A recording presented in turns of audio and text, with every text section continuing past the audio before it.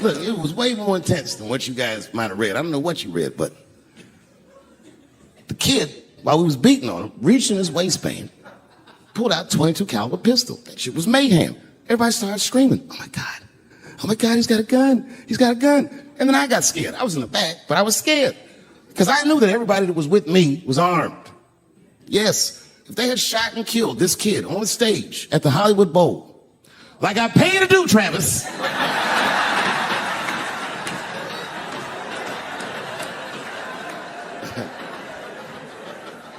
but Travis G'd up. Travis wrestled the gun out of the kid's hand, and then he took it like this and tried to chamber the round, and he couldn't. So he pulled the trigger, and it wasn't a gun. A knife blade popped out of the front. I guess this kid was gonna stab me. Some scary shit. So the next night, even though I didn't have a show, I said, I gotta get right back on stage. And I went and did a show. And someone in the audience screamed out, Dave, what happened with the attack? And I didn't know there was journalists in the room.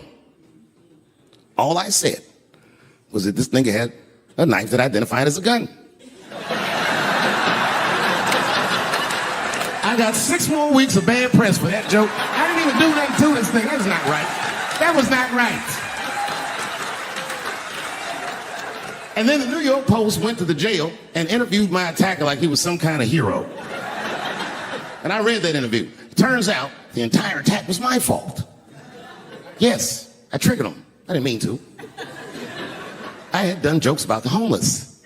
And it turns out this young man was homeless. And I mean, there's no way I could have known this. But I will say, for a homeless guy, this nigga had incredible seats.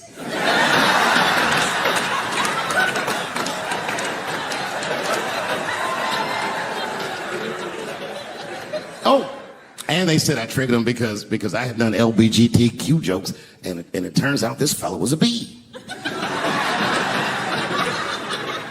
That was the headline of the article. It said, Dave Chappelle's alleged attacker is bisexual. I said, alleged attacker? This motherfucker definitely attacked me. I'll show you the tape. He's allegedly bisexual. I'm gonna need to see him suck somebody's dick before I believe the rest of this article. I read that shit in the paper. I was horrified. I said, oh, bisexual? I could have been.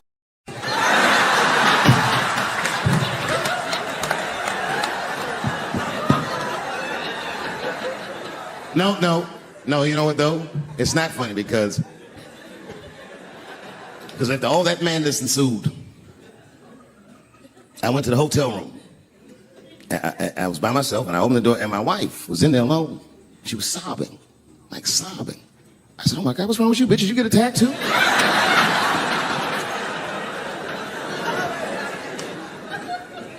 And she's crying and she said, oh my God, David.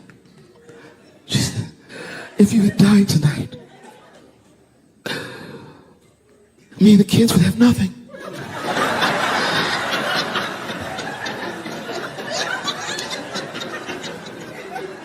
Then I knew it was serious. So I sat down on the bed next to her.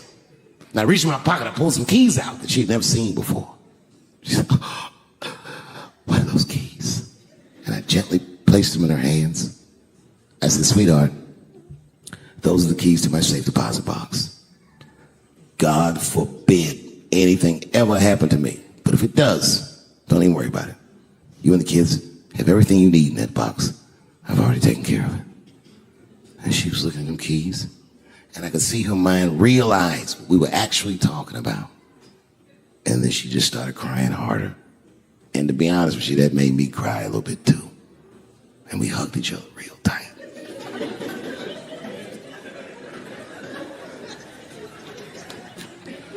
Do you know this bitch looked in the box while I'm alive and well? Who does that? Oh my God. And then she was mad at me. She said, God damn it, David, I opened that box. I said, you did? She said, yes, I did. And there was nothing in there. I said, nothing. Oh. She said, nothing except your stupid joke book. I said, whoosh. She said, well, sweetie, look. If you tell those jokes exactly how they're written, you and the kids should be fine. They're really good jokes.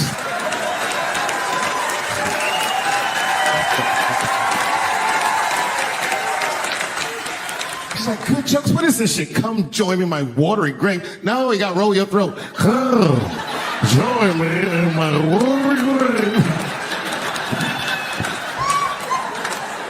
I need an alibi. I can't be no celebrity. This shit is just the worst. I'm seeing it. I see why stars are crazy now. These motherfuckers. I went to Disney World with my kids, which is a big deal for me. I don't get to see my kids so much. I do Chappelle show 20 hours a day, sleep for like half an hour, raise my kids for 10, 20 minutes, and I go back to work. Now, this particular day, I got to hook up with the kids. We went to Disney World. Everybody at the park, fucking everybody. Hey, Rick James, bitch. Hey, Rick James, bitch. It's like, hey, man, hey. You mind not calling me a bitch in front of my kids? Time out, motherfucker. We take a day off. Even Mickey Mouse did it. I said, this is the most unprofessional shit I have ever seen in my life. Rick James, bitch. Oh, I was fed up. I caught that motherfucker with an uppercut. Bop! Knocked his head clean off. Everybody was screaming. Oh my God, oh my God. Mickey Mouse is Mexican. But everybody's getting along. I see that shit. I see it all around. Blacks and whites don't fight so much. You know who don't have no beef with anybody is Asian people. I see how y'all be doing. Y'all just lay in the cut. Only people Asian people beef with is other Asian people. Like if you call a Korean guy Chinese, I've done this. They will flip out. Hey! What make you think I'm Chinese? I am Korean. I look Chinese. Yes, motherfucker, you do look Chinese. That's why I said it. It's an accident. To the untrained eye, you all look Chinese to me. It's a mistake. I'm not trying to offend you. Some people say all black people look alike. We don't get bent out of shape. We normally just call those people police. Okay? Just learn to live with it. That's all I do. I heard that when Martin Luther King stood on the steps of the Lincoln Memorial and said he had a dream, he was speaking into a PA system that Bill Cosby paid for. Do you understand what I'm saying? The point is this. He rapes, but he saves. And he saves more than he rapes, but he probably does rape. Thank you very much. Good night. Okay. Before I did Kill Him Softly, when I was 22, HBO gave me the biggest opportunity of my life at that time. They gave me a half-hour special, but this shit was not like a special, you know what I mean? It was like, it was generic. It didn't even have a title. It was just Dave Chappelle. And I shot it in San Francisco at a place called Broadway Studios, which is on the second floor of and I thought that my dream had been killed.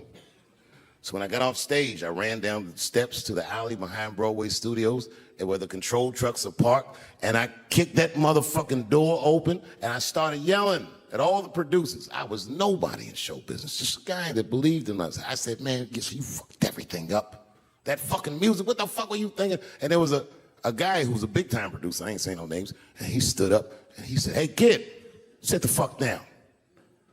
He said, we didn't ruin anything. He said, we made a deal with that nightclub to not play music, and they didn't honor the deal. And I said, who didn't honor the deal? And he pointed to a guy. I'll never forget it. It was an old white man sitting in the Ford Taurus by himself. And he said, that guy right there. And I didn't waste no time. I asked no questions. I went to that Ford Taurus, and I beat on that window, and I said, open the door, motherfucker. I want to talk to you. And that old man looked at me for 1 second and wisely drove the fuck off. And left me in the alley cussing at anybody who would listen. And 2 minutes later, literally 120 seconds later, couldn't have been any more than that, the doors of the kitchen in the alley of that nightclub underneath Broadway Studios flung open. And that old man was standing there, that same old man with reinforcements. He had 2 big goons with him, and he looked at me, he was calm as a cucumber. He said, you, come here. I want to talk to you. I didn't know anything about the streets at this age. But I found out later in my life that these men were Russian mobsters. And I don't know what you guys know about the Russian mob, but these are the niggas that killed Denzel in Training Day.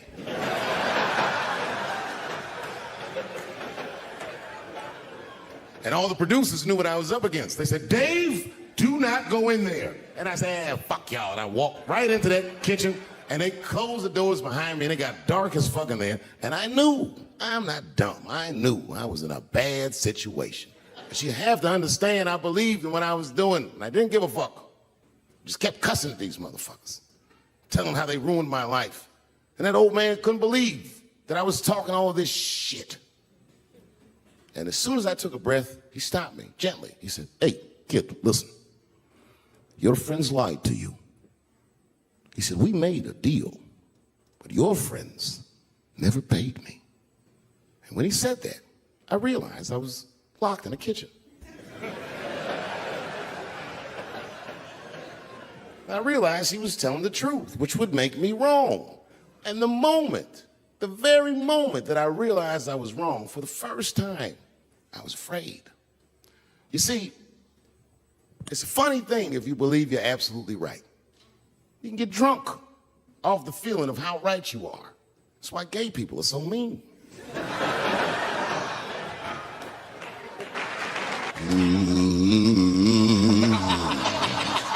You know, that's just my grandmother used to sing that when she cleaning up. That's a Negro spiritual. Black work song. Not everybody know about that. I know. See, white people, you guys might whistle when you work. You dig? But that's how you can tell what kind of work we're actually doing.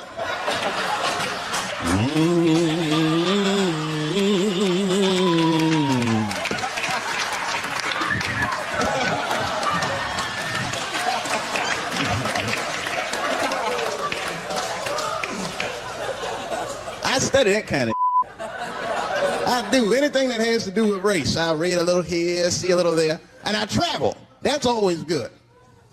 Traveling has made me a racism connoisseur, if you will. You know, it's different from region to region. Anyone ever been down south? So you guys know what I'm talking about. Now, the racism down there is just, it's perfect. It's due to a perfection. It's comfortable, it's out in the open. There are no secrets in Mississippi. Everybody knows the deal. Morning, nigger. Morning, sir.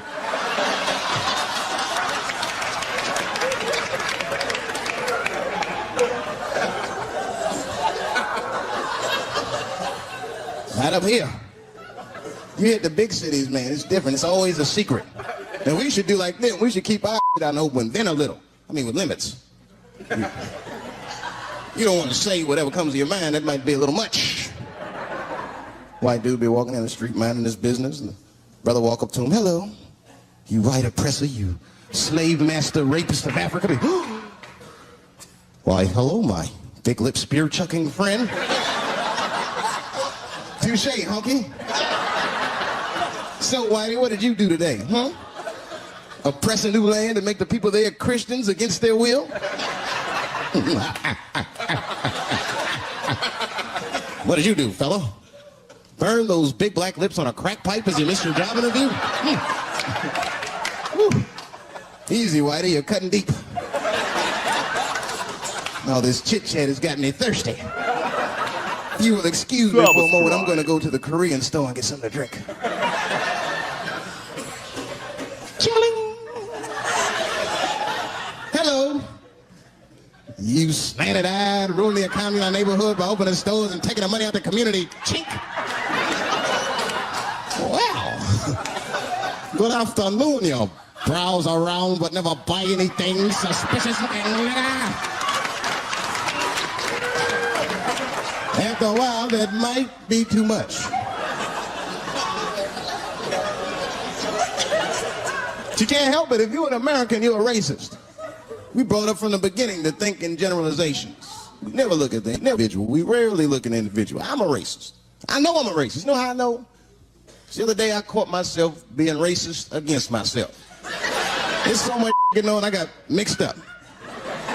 Forgot whose team I was on.